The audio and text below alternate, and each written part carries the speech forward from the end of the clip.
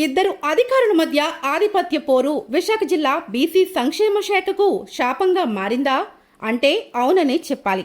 ఒకరి సీటుపై మరొకరు కన్నేయడంతో జిల్లా బీసీ వెల్ఫేర్ ఆఫీసర్ పోస్ట్ భర్తీ కోసం సర్కార్కి చుక్కలు కనిపించాయి. విశాఖ జిల్లా బీసీ సంక్షేమ శాఖ అధికారినిగా శ్రీదేవి పనిచేసేవారు. విశాఖ జిల్లా నుంచి 2024లో బదిలీపై అనకాపల్లి వెళ్లిన రాజేశ్వరి పోస్టుపై శ్రీదేవి కన్నేశారు. తన పలుకుబడి ఉపయోగించి అనకాపల్లి జిల్లాలో పోస్టింగ్ వేయించుకున్నారని ఆరోపణలు ఉన్నాయి. దీంతో రాజేశ్వరిని విశాఖకు బదిలీ చేసినా విధుల్లో చేరకుండా హైకోర్టులో కేసు వేశారు. అంతే, అప్పటి నుంచి విశాఖ జిల్లా పోస్టు భర్తీ అయిన పాపాన పోవడం లేదు. ఫలితంగా ఇక్కడ పాలన కుంటుబడిందని ఆందోళన వ్యక్తమవుతోంది. హాస్టల్స్ పర్యవేక్షణ, విద్యార్థులకు ఉపకార వేతనాలు, ఫీజుల వాపస్ వంటి విధులు ఇక్కడి అధికారులే చూడాల్సి ఉంది. పైగా శ్రీకాకుళంలో పనిచేసిన కాలంలో శ్రీదేవి మీద వచ్చిన ఆరోపణలు కారణంగానే ఆమెకు పదోన్నతి బ్రేక్ పడిందని సిబ్బంది గుర్తు చేస్తున్నారు.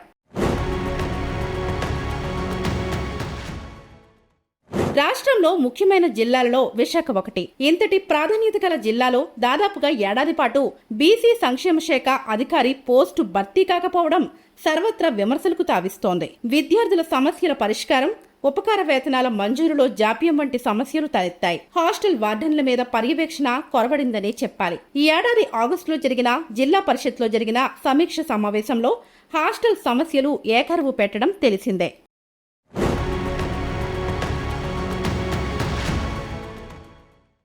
ఉమ్మడి విశాఖ జిల్లాలో 1.50 లక్షల మంది బీసీ విద్యార్థులు ఉన్నారు. అలాగే 550 వరకు ప్రభుత్వ, ప్రైవేట్ కళాశాలలు, యూనివర్సిటీ కళాశాలలు ఉన్నాయి. జిల్లా బీసీ సంక్షేమ శాఖ పరిధిలో ప్రీ మెట్రిక్ కళాశాల హాస్టల్స్ ఉన్నాయి. ఇక్కడ కొన్నాళ్లు సోషల్ వెల్ఫేర్ డీడీ రామారావు ఇన్ఛార్జిగా పనిచేశారు.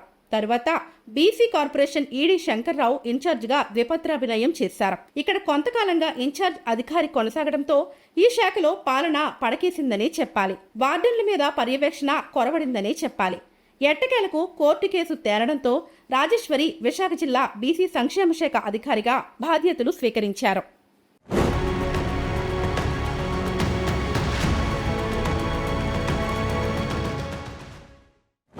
బీసీ వెల్ఫేర్ ఆఫీసర్ కోర్టు సమస్య ఉంది. ఆ కోర్టు అది ఆల్రెడీ ఇప్పుడు మనం ప్రస్తుతానికైతే ఇన్ఛార్జ్ నడుస్తుంది, ఏమి ఇబ్బంది ఏం లేదు. సో అదేమి దానివల్ల ఏమి ఒక కోర్టుకి వెళ్ళారు, దాన్ని త్వరలోనే పరిష్కరిస్తాం. విశాఖపట్నం జిల్లాలో బీసీ సంక్షేమ శాఖ పరిధిలో ప్రీ మెట్రిక్ హాస్టల్స్ మనకి జిల్లాలో 12 హాస్టల్ నడపబడుతున్నాయి. అందులో ఇంకా 2 ఓపెన్ చేయాల్సి ఉంది. 10 హాస్టల్లో 1000 మంది వరకు పిల్లలు ఉన్నారు. అలాగే కాలేజ్ హాస్టల్కి సంబంధించి 18 హాస్టళ్ళు మనకి జిల్లాలో పనిచేస్తున్నాయి. మరి వాటిలో 2000 మంది పిల్లలు ఇప్పుడు ఉన్నారు.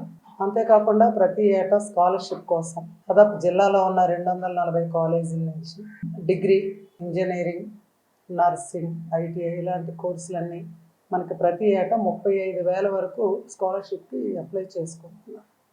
మన జిల్లాలో 2024-25 సంవత్సరానికి సంబంధించి 36,000 మంది మనకి అప్లై చేసుకున్నారు స్కాలర్షిప్కి. దానికి గాను 59,34 లక్షలు మనకి రిలీజ్ అయింది.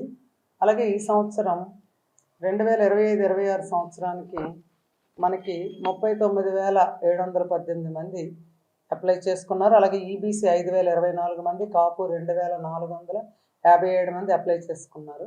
ఈ సంవత్సరం ఇంకా నిధులు విడుదల కావాల్సి ఉంది.